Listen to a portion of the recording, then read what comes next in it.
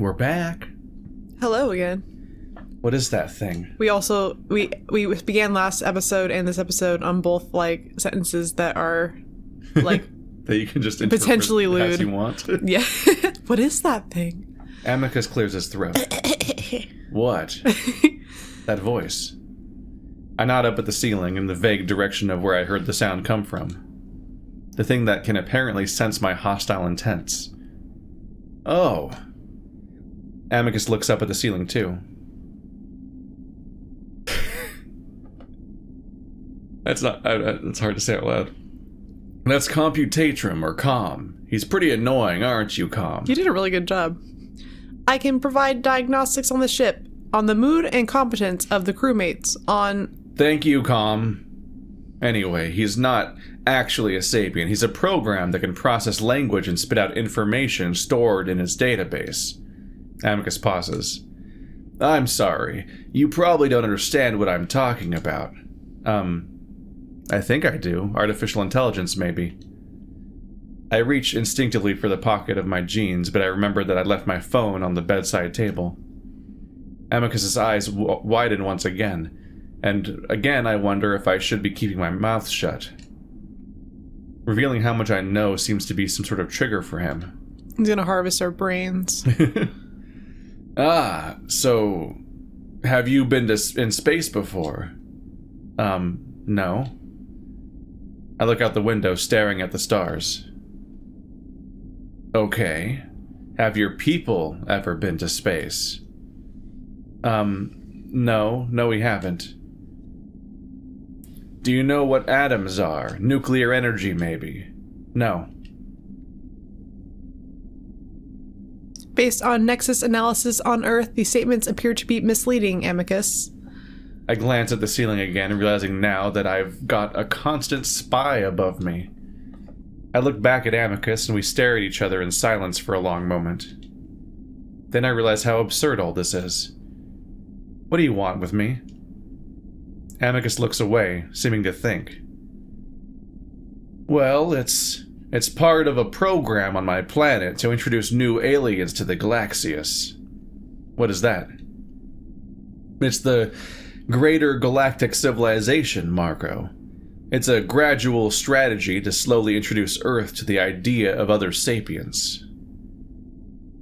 Oh, is this happening to other humans? Yes. I contemplate this for a moment. And when you're done showing me, you'll take me back? There's a momentary pause that I don't like very much. Oh no. Anakin and Padme. You'll take me back? You'll take me back. Yes. I imagine that I'd hear these statements appear to be misleading from Com right now if he were on my side. I look into my cup of brown sludge again. Well, to be honest, I'm not all that interested, so could you just take me back now? Amicus stares at me. I've got school and a family, and don't know where I am right now. What, I mean, don't you want to see the galaxy? I really think that it would be amazing for someone like you that hasn't seen it before.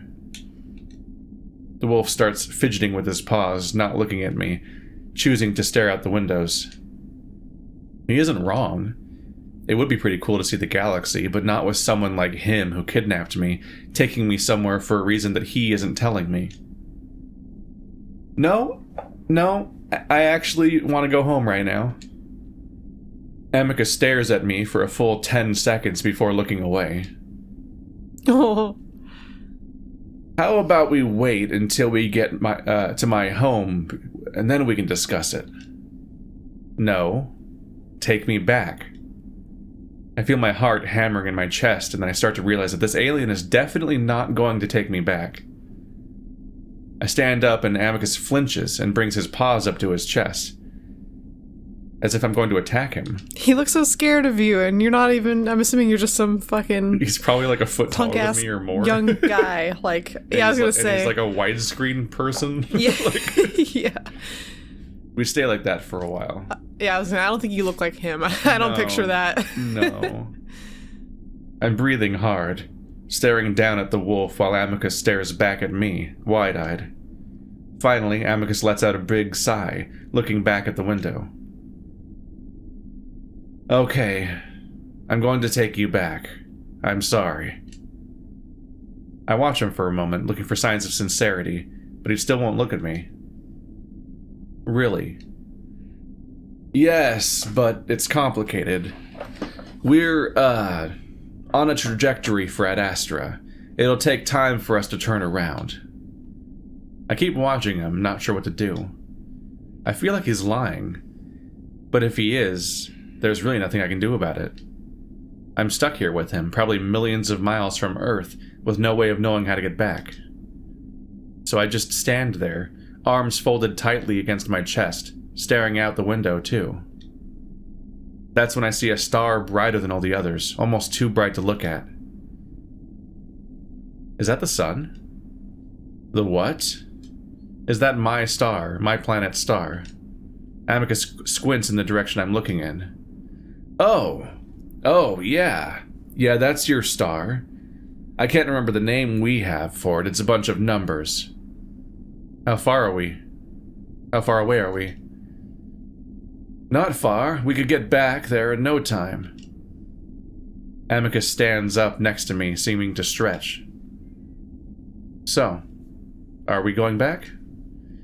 Yeah, just gotta do it in a way that doesn't waste too much energy. I still have to get back to Adastra after all. I stare in the direction of the sun again, my gaze slightly averted from the piercing dot. How long has it been since I was kidnapped? I wonder if my friends have alerted the school, or even the authorities. How am I going to explain this? There's a movement to my right, and just as I'm turning to look, something cold presses into the side of my neck. Oh no. A familiar sensation of my muscles tightening up makes me slam back into the seat. At the same time, my mind seems to wipe clean. Empty. This sounds nice. So, give it to me. Yes, please. For context, Stephanie and I have both been pretty stressed this week, so we were like, what if Himbo Wolf game? What if we just go look at the... What if that's just what we do with our evening? I've been thinking that in Friends, in the intro, they have that, like, if it hasn't been your day, your week, your month, or even your year. I feel like it's like that. A stress for a day, a week, a month, or maybe a whole year. Like, oh no. Those lyrics hit hard. That's really bad. Yeah, no, I was like, yeah, thanks, Friends. Don't think about it. Yeah, that's not jovial at all. Thinking about it. Suddenly, I'm surrounded by soft and warm gray fur. I feel like a limp blanket as I'm flopped around, my muscles like jelly. Really want... Where's this drugs? Where's this drugs? It's not a bad feeling. In fact, I kind of feel great. I would smile if my facial muscles were working. I'm laid on the ground, and then my arms are pushed behind me. Something starts to wind around my wrists. Still detecting consciousness from the human. Insufficient charge used. I used it on the lowest setting. I think I hit him with too much last time. Looks like he's mostly out anyway, though. I hear ragged breathing in my ear as my arms are jerked around. Damn it, he's more sapient than any child I've known. Sensing distress. Would you like a stress tablet, Amicus? Maybe even as intelligent as a wolf. Well, almost.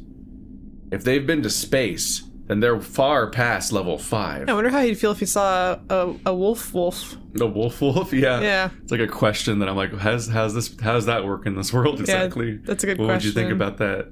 I mean, apes exist, obviously, but I try to open my eyes, but the eyelids are too heavy to lift. Maybe level 10? My brain isn't working really either. Can't seem to focus. Padded footsteps move around my head. Then I hear what sounds like an alarm, followed by something I can't really explain. My mind startles as the deep voice starts up again. What do I do now? I've messed this up about as badly as I could have. Solutions, Calm. Solutions. Consider returning the human back to Earth. If no evidence is left behind, it is unlikely his statements would be believed. Too late for that, since I just activated the stretch drive. Yes, that was inadvisable. Yeah, well, I don't know how advanced his species is. If he was being misleading, then that means they're spacefaring. They could have patrols in their star system. I wanted to get out as soon as possible. You know, you could have offered the solution before I did that. You've set me to minimal interruptions. Next solution. Consider termination of the human and incineration of the remains through the radiation of the stretch drive. No, next solution. Consider taking the human to Adastra and use him as your pet as you originally planned. Oh, okay. Okay. Why? I know that you're a wolf guy, but I know you don't understand, but we have these things called dogs. You could just have one of those, and I promise they're actually a lot more pleasant than a person could ever be. Yeah. What a fucking phrase to just hear, and you're like, excuse me? and we're still Marrow, so Marrow has heard that now. You're like, what? To make it awkward when I try to fuck him later or something, right? Like, isn't that unethical? From there, you may pass him off as less sapient. It is unlikely you will be questioned. I don't know. He already despises me, and after what I just did. Amicus, alternative solutions point to a higher likelihood that the monitors will be alerted to your actions. Proceed with caution. Calm, please wipe the last 10 minutes of the conversation. Then go into sleep mode until I wake you. I need to think. Oh, I see how it is. Wiping memory. Entering sleep mode. A few more moments of silence go by and I feel a wave of fatigue. I start to fall asleep. The padded footsteps move closer to me and I feel a presence looming.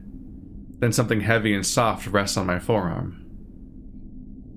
I'm sorry. This was a mistake. Then I'm dragged for a short while before I come to rest on something shaggy and soft. Then silence. Then sleep. He fucked up. He didn't know what he was walking into. He picked something too smart. Something's wrong. It's like when people adopt a parrot. Like, oh shit. This thing doesn't stop talking. It's really smart. I float in a void of nothingness. Not even blackness. Nothingness. The feeling of having no sense of self. The boundaries of my being having no boundaries. It makes me panic. I'm still here, but nothing else exists. Am I all there is? I feel the borders of my sanity starting to bend and break. It only lasts a moment before something massive and all-encompassing grabs hold of me. Instantly, I'm comforted. Calmed by a sense of complete security. Be the mysterious cosmos voice. All is as it should be. Well, those drugs were good. I crack my eyes open to a gray ceiling, the familiar hum of the ship in my ears. My back aches as I feel my hands bunched up underneath me, making me arch uncomfortably. The numbness isn't there like last time. Instead, I just feel like I woke up from a deep sleep. I can tell I'm back in the utility closet laying on the shag rug, but the door is open, allowing me to actually see. Slowly, I turn my head just a bit, and I'm able to vaguely make out the small deck I've just been in. I see Amicus to the far right, both his paws resting on the counter with the food dispenser, looking down at a panel. He's got his back at me at an angle. He's got his back to me at an angle, one foot crossed behind the other, his tail swishing back and forth while he mumbles to himself. As slowly as I can, I turn over onto my side, trying not to let out a groan of relief as my back and hands are relieved of pressure. He's got his back to me at an angle, one foot crossed behind the other, his tail swishing. I somehow went backwards. Alright. I grimace through the pain of having blood rush back into my fingers. It does hurt. That's when I realize that my hands are tied at the wrists behind my back with a cord of some kind. The ends of it dangle through my fingers, and it feels smooth and metallic. Some slow movements with my hands tells me immediately that they haven't been tied well. My left hand is fairly secure, but the loop around my right is loose. I get the feeling that if I pull hard enough, I might be able to slip it. And just like that, it comes out. My shoulder jerks when I do that, and I freeze, waiting to see if Amicus might notice. He goes on staring down at the panel, leaning forward to rest his chin on a fist. Cassius is probably going to figure it out right away, I know it. Amicus sighs and hunches over further. I let out a breath. I'm holding as quietly as I can before I start looking around, moving my head as little as possible. On the shelves are a variety of different objects that I can't identify. They all have a heavy industrial look to them, and I know that I could use any of them as a weapon. There's a long pipe-like object at the end of the bottom shelf, and I imagine hefting that in both hands, bringing the end of it down on this top of that stupid wolf's... Amicus suddenly straightens up, and I stiffen, closing my eyes. I hear the wolf move, padding in my direction. That continues until there's a pause, and I can feel his presence standing in the doorway. I crack an eye, just a tiny bit to see what he might be doing. I get a vague image of him standing over me, looking down. Hello? Human. Marco. I don't move, and I breathe as evenly as I can. Hello. You must know I'm awake. I can feel myself shaking from all the tension. Damn it. Amicus mumbles to himself as he turns away, moving back towards the deck. That's when I realize this might be my best chance to make my move. He's not going to take me back. He knocked me out twice, and that's reason enough to do what I'm about to do.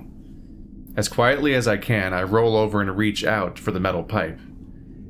By some miracle, I manage not to clang it against the metal rack it's on. Quietly, I bring it up in both hands as I stand. It's heavy, a lot heavier than I expected, but I can manage it. I focus on the retreating wolf's back and move at a half run, my bare feet allowing me to quietly pad toward him. Despite that, I can see his ears come up at the last second, his body starting to shift in a way that tells me he's about to turn around. And I swing. What happens next is something I can't quite explain.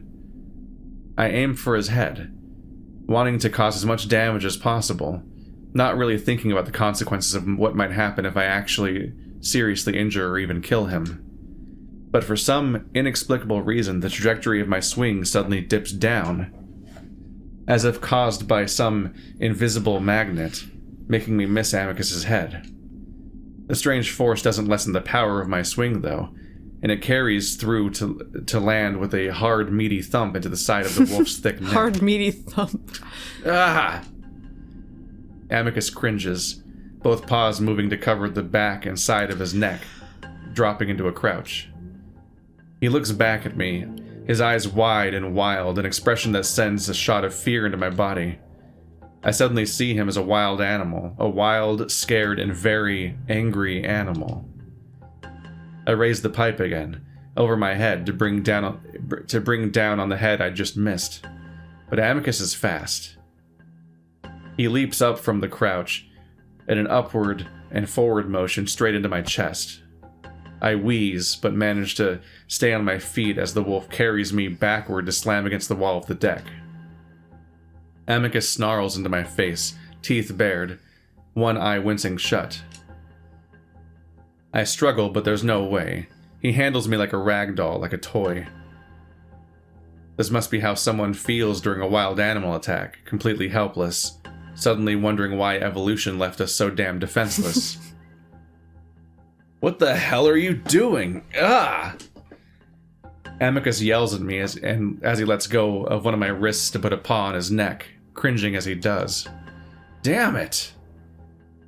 I struggle with my freed hand, grabbing Amicus's face and trying to gouge his eyes and nose. Jeez Louise. The wolf immediately lets go of his neck and grabs the pipe. He wrenches it away, but I try to hold on and almost get lifted off my feet. He swings it one way, then violently in the other, throwing me to the floor of the deck as I lose my grip on the weapon. Amicus advances as I lay flat on my back, staring up at him wide-eyed, realizing how big of a mistake I've made, thinking I could handle a 7-foot-tall, muscle-bound wolf. Yeah, he's very tall then. Yeah, what were you thinking, you fool? He's running out of options. Well, honestly, Okay. my thought process is that even if you take him out, you don't know how to fly this ship, and the comm system isn't going to help you at all. Like it doesn't respect you. One thing at a time. And then you don't know how the food machine even works. Like, Okay, that part can't be that hard. well, I mean, I'm sure it's some buttons or something. Make some bullshit ice cream. Accidentally poison yourself or something. I just think it'd be Oh easy. no, Korean food. It'd be better to try to just sweet talk this boy into taking you home. Then I think your likelihood of surviving would be better if you try to sweet talk him. That's all I'm saying. I wonder if he's going to come at me with the pipe. Ooh, But he wee. throws it to the side. Come at me with the pipe, daddy. No. It's supposed to be serious right I'm now, sorry. I'm Stephanie. sorry. This is a serious moment. I just look at those nips though. He starts to lean over me, still snarling. You little prick. This time I'll bind you up to your shoulders. How's that sound? He grabs up one of my arms, trying to pull me up, but I go limp. Get up, otherwise I'll make you. He grabs my other arm. That's when I notice his wide stance over me and a particular bulge between his legs. I hardly think about it. Drawing back one foot, I launch it as hard as I can into his crotch. I feel a distinctly soft form get flattened under my foot as it gets trapped between the force of my kick and the substantial weight of Amicus's body. If there was any doubt in my mind that this male alien would be affected any differently compared to a male human, his reaction quashed it. Amicus freezes, wide-eyed, hunching over me and even further, while his thighs snap together, trapping my foot. We both stay frozen for an awkward length of time as I stare at what I just done. And that's when I see the device hanging on his waistband, the one that he'd been using to knock me out. I struggle to pull my foot free of the surprisingly tight embrace of his thighs, while at the same time pulling my hands out of his now limp grasp. I reach for his waist, grabbing the device. Amicus, probably distracted by the unexpected nut shot, doesn't seem to notice that when I notice, and I finally yank my foot free. As I stumble to my feet, the alien half-heartedly grabs at me, and I struggle against his paws before reaching for his red cape and pulling it over his head. Oh. Amicus finally stumbles back, one paw flying to his crotch, the other struggling with his cape as he stays bent over, mouth hanging open, making a weird gasping sound like he was holding his breath, because he was. I look at the device in my hands, desperately trying to understand how to use it. The glass panel takes up most of the face of the device, like a phone, but two metal prongs stick out one end. I frantically push the screen and it comes to life, displaying a vertical bar. About a tenth of it is filled from the bottom with a light blue color. I push it with my thumb, waiting for something to happen, for electricity to start arcing between the prongs or something. Instead, the bar fills with the slide of my thumb. I push it all the way up until the color turns a dark violet. I hear a snarl and see Amicus finally tear the cape off before he comes at me again, one paw still over his crotch, the other reaching out for me. I don't have time to think, I just duck under his approaching paw and press the prongs as hard as I can into his body. It sinks into his stomach, and I hear the wolf make a huff sound into my ear. There's a pause, as nothing seems to happen. Then I press harder and squeeze the device, and the result is instant. There's no sound, but Amicus's body seizes violently, shaking as if he's having a seizure. The muscles in his stomach tense hard and push the device back out a few inches. I hold it there, not wanting to let up in case it isn't enough, in case he'll just recover and come at me again. After a few seconds, the wolf's seizing and shuddering stops on its own. I start to pull back and get a glimpse of Amicus's face. His muzzle hangs open, foam and drool hanging from his chin, his eyes rolled back in his head. It's a scary sight, so I try to back away, and Amicus comes with me, the contact with the device having been the only thing keeping him balanced. His weight takes me down, and the next thing I know is that I'm flat on my back, struggling to breathe as Amicus's incredible weight crushes me into the metal deck. He practically envelops me with his soft, furry body, his big head resting on my chest. I stare down at him, watching as his black lips and eyelids twitch, his tongue hanging out as he makes sporadic snorting sounds. I gasp and strain, and as I spend the next minute working myself out from under him, grimacing as his foamy drool smears on my chest. Finally, I manage to break free of his dead weight and crawl a few feet away, spending a few moments catching my breath. I look back at his still twitching form, his rump stuck slightly up in the air. I wonder how long I have before he wakes up. There's a long, shiny, thin cord around my left wrist, and I start to work at the knot. It's a strange material, smooth and metallic, yet it bends as easily as rope.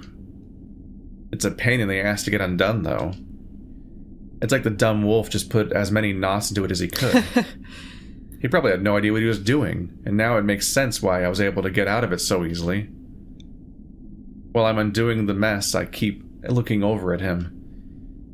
The twitches and snorts are subsiding, which I'm not sure is a good thing. I'm not sure is a good thing or not. I guess that's it. Yeah, that's what it says.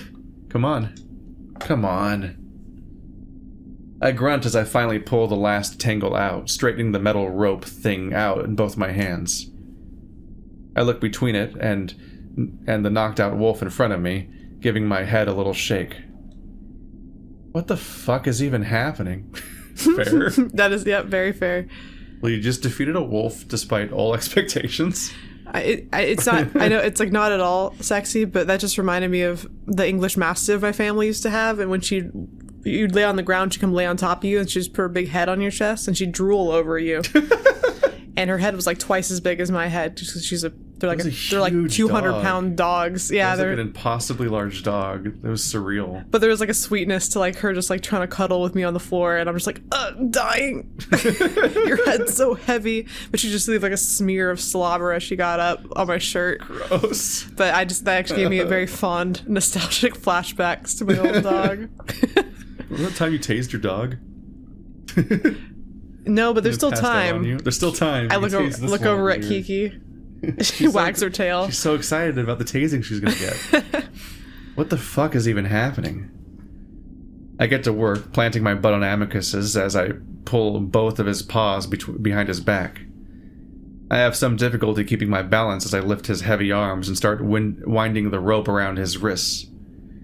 I'm not exactly an expert at tying hands behind backs either, but I feel far more confident in my work than Amicus ever should have in his own. I guess his carelessness makes some sort of sense, considering I'm a tiny human and he's a giant canine. He probably thought he'd just be able to toss me back in the closet if I got free. I look over my work, somewhat satisfied with how neat and tight the binding is. I shift and almost slide off the wolf's ass, forcing me to put my hands back and steady myself on his thighs. They're thick and heavily muscled, and that's what makes me realize that they might also be a problem. While binding his arms as a start, I have no doubt in my mind he'd be able to take me out with a few nasty kicks. I stand up and start looking around for more of that rope, and that's when I notice something strange happening outside the windows. Thin streaks of white light stretch and bend, moving slowly from the front before arcing in long lines to the sides and disappearing from sight. I stare, mesmerized, then suddenly feel sick at the sight.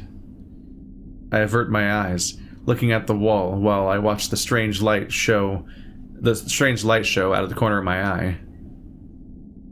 Are those stairs? Are we in some sort of wormhole or stars? Nailing it. It's a lot of reading.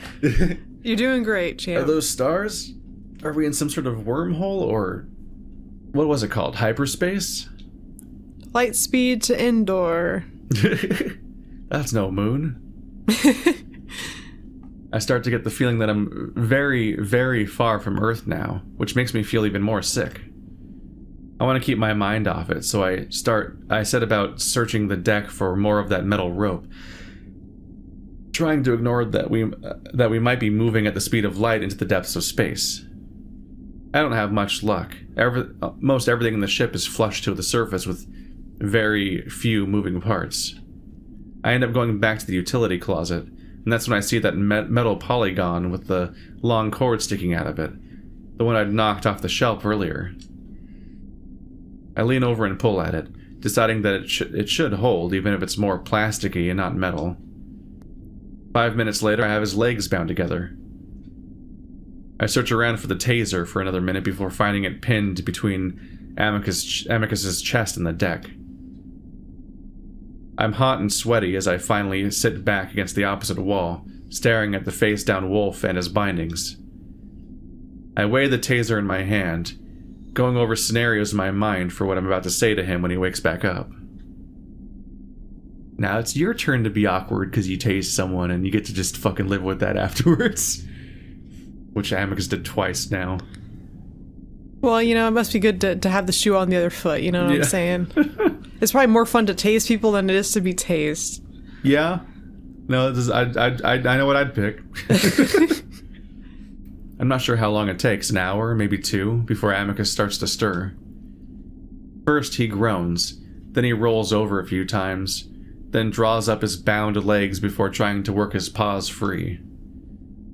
Finally, he opens his eyes, and because he's on his side, I'm the first thing he sees. He squints, frowns, then groans again, turning over on his stomach. What the hell? I hear my throat. I clear my throat and swallow, trying not to show how nervous I am. Yeah, what the hell? You tased me again. What? Amicus turns his head to look at me again, then looks away, letting out another groan. Ugh, my stomach, what did you do? Exactly what you did to me.